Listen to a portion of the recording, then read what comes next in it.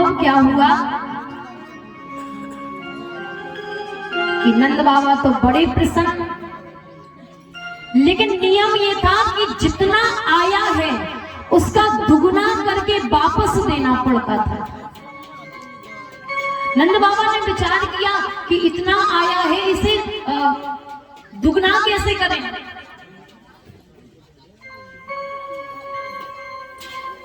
जौहरियों को बुलवाया गया, पूछा गया कि इन सारे जो आभूषण हैं, मणियां हैं, इन सब का मूल्य क्या होगा। तो तमाम प्रकार के जौहरी आए महाराज।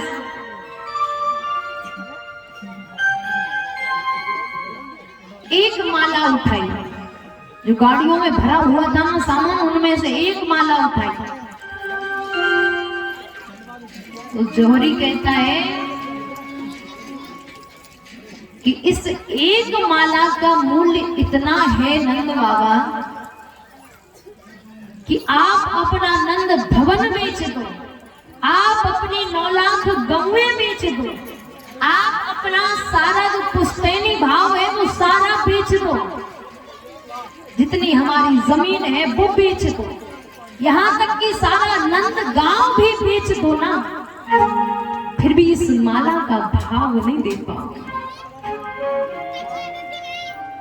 अब सोचो, एक माला की ये गति है तो ये हजारों गाड़ियां भरी हैं, इनका दुगना कैसे करें। नंद बाबा ने कहा कि वृषभानु जी को एक पत्र लिखो कि हम आपके योग्य नहीं हैं। अरे जब सगाई में इतना सब आ रहा तो विवाह में पता नहीं कितना आएगा। तो पत्र लिखा कि हम आपके योग्य नहीं है और आपकी लाली को हम अपने यहाँ नहीं रख सकते, इतनी सुख सुविधाएं नहीं है हमारा। पत्र लिख रहे थे कि हम आपके योग्य नहीं है और ये विवाह संभव नहीं है। इतने में जैसे ही जोड़ा गया कि जितना सामान है उतना है और इन्हें वापस भेज दो। हिसाब लगाया गया महाराज, तो एक माला कम हो गई, सारे सामान से एक माला कम हो गई। अब तो नंद बाबा को बड़ा परेशान, दिक्कत की। देखो, जब एक माला में हमारा सब कुछ बिच जाएगा और एक ही कम पड़ गई, कितनी बदनामी हो गई नंदगांव की बरसाने में कि बताओ एक माला ही चोरी कर लिया, बदनामी नहीं होगी। ढूंढा गया महाराज, शांत बैठे हैं। अब वहां से ठाकुर जी चले आते, झूमते झूमते बांसुरी को हिलाते हिलाते, नाचते उछलते कूदते। अरे बाबा कहाँ गए हो? बोले लाला कछु ना पूछ। अरे तेरे टीका में या गाड़ी वाहन आए थे ना, सारे भर भर के, इन सब में से एक माला कम है। अरे लाला अपना सब बिक जाने को, तब जाकर एक माला का मूल्य चुकाएंगे और वही माला चोरी हो। अरे कहा सोचेंगे परेशानी वाले कि ब्याह तो करे ना और एक माला चोरी कर ली। ठाकुर जी कहते हैं वो माला तो मेरे पास है। ऐसे माथा पीटते नंद बाबा, हम जब से परेशान हो रहे तुम बता दे। तो ठाकुर जी ने कहा बाबा देखो, आप तो हमारा ब्याह कैंसिल कर रहे थे, हमको लगी वापस कर दो कि विवाह कैंसिल है जाएगा और हमको तो विवाह करना है। तो यहाँ के ताए हम माला लेकर गए थे। बोले कहाँ गए थे? आप जो खेत में अनाज बोओ ना, तो अनाज बोते समय एक गेहूं के हजारों बीज आ जाते हैं कि नहीं आ जाते?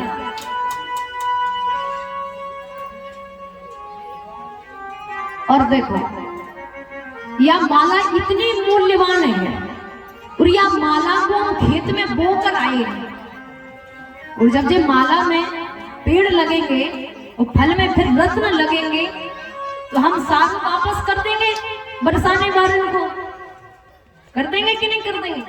तो हमारा ब्याह भी कैंसिल नहीं हो, हमारा ब्याह भी है जाता। नंद बाबा हंसते हैं, ठाकुर क्या कभी मोती को बोने से मोती के वृक्ष लगते हैं? तो ऐसा ऐसा भाव है हमारे ठाकुर जी का। आज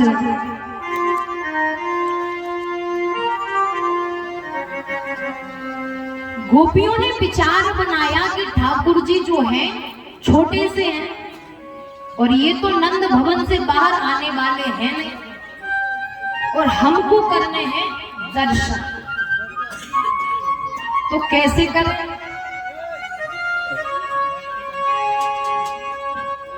अब नई नई बहुएं महाराज, और जो नई बहुएं हो ना, अब उनको बाहर जाने में बड़ा समय लगे। जब तक सास ना पधारे बहू बाहर थोड़ी जा सके। ये सासें जाएं, बुलौआ में जाएं, चलौआ में जाएं, जहाँ जाए तो सासें जाएं, और बहुएं बेचारी भीतर। तो कहा महाराज ठाकुर तो कभी आए को नहीं इन गलियों में, वो हमको दर्शन करने हैं, कैसे करें?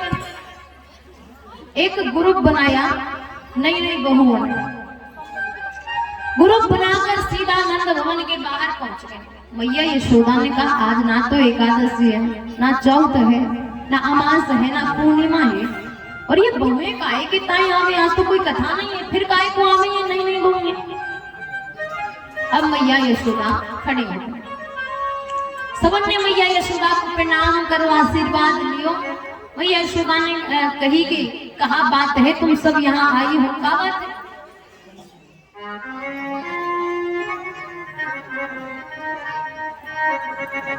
तो उन सखियों ने कहा कि मैया आपको जो लाला है ना, वो हमारे घर आके चोरी करे।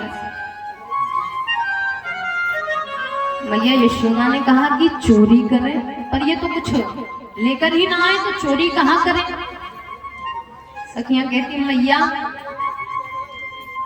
ये माखन की चोरी करे। मैया कहती हमारे घर पे 9 लाख गौएं हैं, नित्य नया माखन होता है, और ये माखन के लिए आपके घर जाता होगा क्या? सखियां कहती है मैया ये माखन खाते हैं और चुराते हैं। तो मैया ने कहा कि देखो छोटो सो लाला है, अगर तुम्हारा 150 ग्राम माखन खाए भी लियो तो तुमको इतना पाप है कि तुम उलाहना देने चली आई। सखियां कहती मैया ये खुद खाएं तो चल जाए, तो सखाओं को खिलाएं, और सखा भर जाएं तो बानर भालुओं को खिलाएं महाराज। अरे पाओ पाओ, तुमने त्रेता में बहुत सहायता करी, पाओ पाओ। मैया बोली या छटाक सो लाला इतनो दंडी है, कहा मैया तुम नहीं जानो?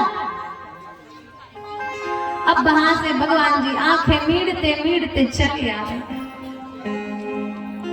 अरे लाला ये तो उलाहना देने चली आई, बताओ तू इनके घर जाके माखन चोरी करे हैं, सखाओं के साथ करे और बानरन को खिलावे। अब ठाकुर जी मैया यशोदा की साड़ी की ओट से पीछे दुक गए, मैया के पीछे छुपे हैं कि या गोपियां पता नहीं क्या करवावेंगे आगे चलकर। उलाहना देती रही तो मैया यशोदा से ठाकुर जी कहते हैं कि इनको पतियारो करे और मैं तस्कर ये साह, और चोर नाम मेरो धरो, मेरो होन न देंगी ब्याह, और चोर नाम मेरो धरो, सो मेरो होन न देंगी ब्याह। अरे मैया तुम बड़ी भोरी हो, तुम नहीं जानो ये मुझ को चोरी आके ताए बोल रही है ताकि मेरो ब्याह ना होवे।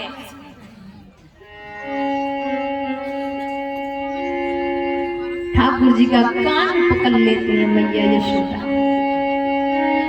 श्री सुखदेव जी महाराज कहते हैं राजा परीक्षित एक बार दर्शन करो, जिस ब्रह्म के सामने सारा ब्रह्मांड कांपता हो। आज उन्हीं मैया के सामने कहते ना मैंने कुछ नहीं करा, तो गोपियां कहती हैं कि का होत यशोदा जी, कि का होत यशोदा जी, और मारे और तेरो लाला बिगड़ गया।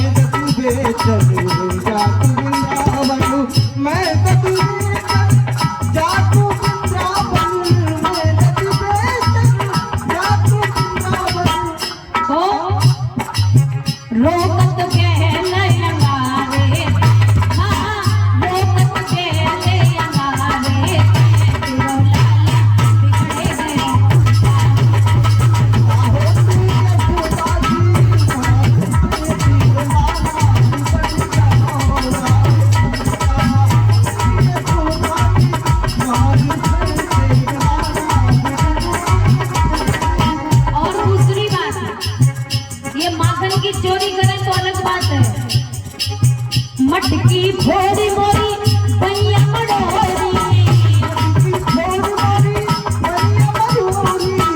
मटकी फोड़ी मोरी भैया मडोरी,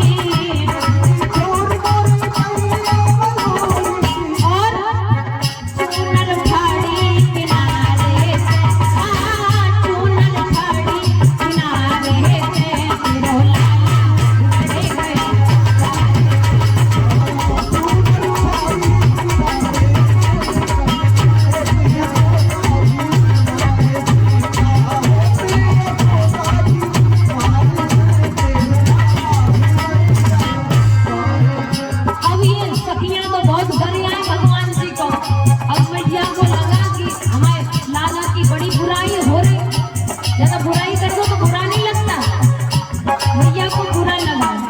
तो भगवान का पक्ष लेते हुए कहती हैं अपने से नहीं बिगड़े कन्हैया,